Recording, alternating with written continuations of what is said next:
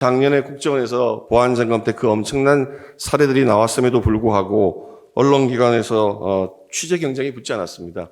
그동안에 4년여 동안에 부정선거를 주장하는 많은 시민들이 어떤 것을 주장하고 있었는지, 왜 그렇게 그 사람들이 생업을 내팽개치다시피 하며 매달리고 있는지 어느 메이저 언론, 레거시 언론도 보도하지 않고 시민들만이 SNS에서 그것을 문제 삼고 있었습니다.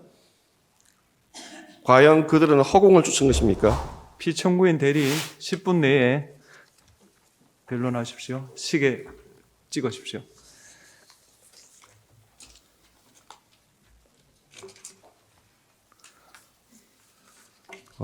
본안 변론을 하기에 앞서서 먼저 간단한 변호인의 이 사건에 대한 생각을 진술하도록 하겠습니다. 준비기일에서 본 사건이 형식적으로는 국회 소추인과 대통령의 사건이고, 또 국회를 장악한 야당과 대통령 사이 대립이며 체제 변혁 세력과 체제 수호 세력의 대립이라고 말씀을 한 것을 영상으로 보았습니다. 본 변호인은 거기에 붙여서 하나 더 말씀을 드리고자 합니다. 친중 반미 세력과 친미, 친서방, 친자유 민정 세력 간의 대립이 이것의 분명한 본질임을 말씀드립니다. 변호인이 혼자서 생각하는 것이 아니라 1차로 부결된 탄핵소추 안에 대통령의 친미, 친일 외교관계 문제를 삼았고, 그것에 대해서 미국이나 서방 진영에서 굉장히 격하게 반응을 했습니다. 미국의 보수당이나 미국의 공화당이나 민주당의 탱크탱크에 있는 간부들도 그 문제에 대해서 심각한 우려를 표시한 바가 있습니다. 앞에서 대통령께서 이번 비상계엄을 선포하는 것과 관련해서 선거 부정 문제, 그거를 해결해야 한다는 생각을 했다고 하는 말씀을 우리 다른 변호인께서 말씀하셨습니다. 부정선거라고 대통령께서 지금 단정을 하고 있는 게 아니라 수많은 문제점들이 보이는데, 제도권 내에서 법원과 선거관리위원회와 수사기관 쪽에서 이걸 해결을 못하니 그것을 대통령이 해결해 줘야 되는 거 아닌가 하는 그런 어떤 책무감을 느낀 것이라고 본 변호인을 생각합니다.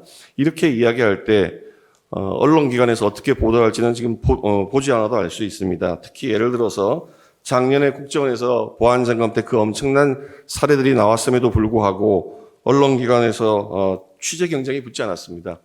그동안에 4년여 동안에 부정선거를 주장하는 많은 시민들이 어떤 것을 주장하고 있었는지, 왜 그렇게 그 사람들이 생업을 내팽개치다시피 하며 매달리고 있는지 어느 메이저 언론, 레거시 언론도 보도하지 않고 시민들만이 SNS에서 그것을 문제 삼고 있었습니다. 과연 그들은 허공을 쫓은 것입니까? 이번에도 대통령께서 이것을 문제 삼지 않았다면 우리는 어느 정도 이게 침투되어 있는지도 모르는 상태에서 계속 진행이 되었을 것입니다. 작년에 국정원에서 보안점검 때 사전투표에 있어서 투표지 용지에 청인, 그러니까 무슨 선거관리위원회의 그 직인과 투표관리관의 사인이 탈취될 수 있다고 하는 그 가능성을 지적한 바가 있습니다. 사전투표지, 지금 본투표에서는 투표관리관이 도장을 찍지만 사인투표의 경우에는 중앙선거관리위원회에서 이름 도장을 새겨서 그걸 그냥 인쇄를 해버립니다. 그건 공직선거법에 분명히 방한하는 것입니다. 공직선거법에는 투표관리관이 그 개인 도장을 찍으라고 법률에 명시하고 있는데 선거관리위원회는 무슨 일인지 굳이 고집을 합니다. 인쇄를 하는 걸로. 전번에 총선 전에도 한동훈 그 당시 여당 비대위원장이 그 문제를 지적을 했음에도 불구하고 강행을 했습니다. 너무나 이상하죠. 국정원에서 그렇게 하면은 탈취될 가능성이 있다 하는데도 그걸 굳이 고집을 했습니다. 봉인지 같은 경우에도 여기 계신 우리 재판관님께서도 다 법원에 근무하신 경력이 있으시고 해서 선거관리위원장 경험을 많이 하셨을 것입니다. 우리 재판관님들께서 선거관리위원장을 하실 때에는 아마도 봉인지가 종이로 되어 있어서 한번 떼면은 다 훼손되는 그런 봉인지였을 것입니다. 지금 그렇지 않습니다. 몇 번을 뗐다 붙여도 흔적도 안 남는 비잔류성 봉인지를 사용하고 있습니다. 왜 그러겠습니까? 모든 제도의 변형이나 실의 업무의 관행이 부정을 막는 것이 아니라 부정을 용이하는 방향으로만 흐르고 있으면 이게 우연의 일치입니까? 그런 상황에 대해서 왜 언론은 보도하지 않고 음모론만 몰고 시민들만이 뛰어야 됩니까? 심지어는 소송에서 얼마나 당사자들이 좌절을 하느냐. 그래, 원고가 무슨 뭐 1장기 투표지가 1200장이 나왔니? 형상기억조니까 수천 장이 나왔니? 그렇게 이야기를 하면 법원 판결의 결론을 시민들이 이해하기 쉽게 설명하면 그래, 이상한 게 있구나. 네가 범인을 구체적으로 누가 어떻게 했는지 한번 주장 입증해봐. 강제 수사권이 없는 일반인이 그걸 어떻게 입증합니까? 수사기관의 고소대도 마찬가지입니다. 영장을 받기 어려우니까 밝혀지지가 않습니다. 이 문제는 대통령이 아니면은 아무도 접근할 수도 없고 밝힐 수도 없는 상황입니다. 부지불식간에 대한민국의 주권이 잠탈될 위험이 있다는 것을 말씀을 드립니다. 그리고 지금 절차라든지 다른 부분에 대한 본안 변론을 하기에 앞서서 저희가 준비기일에서 말씀드린 게 있습니다. 본 탄핵 소추 의결서에서는 내란 행위가 거의 80%를 차지하고 있었는데 그걸 준비 절차에서 제외하고 탄핵 소추 사유를 정리하겠다고 말씀하셨는데 오늘 법정에서 소추인단께서 하시는 것을 보니 상당히 정리가 됐습니다. 그런데 저희는 이 법정에 들어서 변론하기 직전까지 저 정리된 탄핵 소추 사유 정리서를 받아본 적이 없습니다.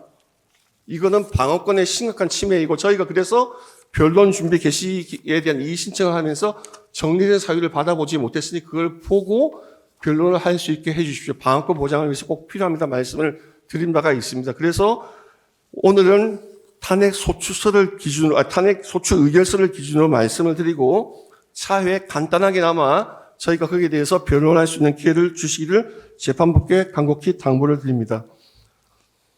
저는 이 탄핵 소추 사건이 위협하다는 점을 한 번 더 지적을 하고자 합니다. 국회법 130조 93조의 그 관계에 대해서 법사위원회 심의 의결을 조사를 하지 않은 것에 대해서 우리 지금 헌법재판소가 그것은 임의규정이고 국회의 자유권 내에 있는 것이라고 보아준다고 말씀을 한 바가 있습니다. 선례가 있습니다. 저희가 그 선례를 몰라서 말씀드린 게 아닙니다. 그 전까지는 국회에 부여된 그 자율권을 이렇게 남용하는 정당이 없었습니다. 국회를 장악한 민주당이 탄핵 소추를 22번을 남발하면서 그것도 야당 대표의 범죄 혐의를 수사하는 검사들, 방송에 관계된 방통위원장, 장관들 무차별 탄핵 소추를 하고 국가의 정상적인 운영을 방해하고 국민의 어떤 안보라든지 국민 생활이라든지 이런 걸 위한 예산을 무분별하게 삭감을 하는 이렇게 주어진 권한을 남용하는 정당은 없었습니다.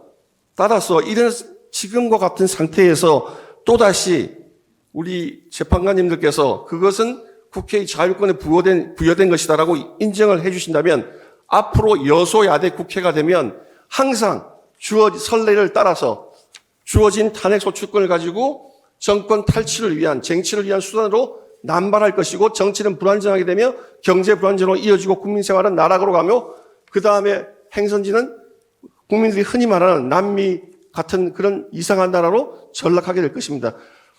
제가 이 사태를 보면서 옛날에 읽은 책이 생각납니다. 히틀러 시대의 그 선전가들이 법률가들을 조롱을 했습니다. 법률가는 정치가 만든 현실을 미화하는 도구에 불과하다. 그 글을 읽으면서 굉장히 비참한 감정을 느꼈습니다. 이제 헌법재판소인 우리 재판관님들께서 헌법이 살아있다고 하는 것을 보여주셔야 되고 87년 체제 헌법은 제왕적 대통령제가 아니라 국회 절대 우위의 헌법입니다. 이제 그동안에 우리 김대중 대통령이나 김영삼 대통령 그런 분들이 계셨을 때에는 자제를 했습니다. 주어진 권한이지만 자제를 했어요. 탄핵 사건이라고 하는 것이 한 국회 4년 임기 동안에 한두 번도 잘 안 생겼습니다. 이번 국회에 들어서 22건, 그 대통령 탄핵하고 난 다음에 또 7건 돼서 29건, 이건 정상적인 상황이 아닙니다. 이제 우리 재판관님들께서 이 규정의 해석을 바꿀 때가 됐습니다. 법사위에서 충분히 조사를 하고 그 국회의원들의 토론과 조사를 거쳐서 표결을 거쳐서 오고 해야지 그러지 않냐고 지금과 같이 무조건 탄핵 소추하고 수사사건 기록을 가져와서 그것을 이 재판에 원용해서 쓰는 것은 국정문란을 초래하는 것이고 헌정을 문란케 하는 것입니다. 재판관님들께서 이제 그 해석을 바꾸셔서 헌정이 제대로 운영될 수 있게 해주시기 바랍니다. 그리고 지금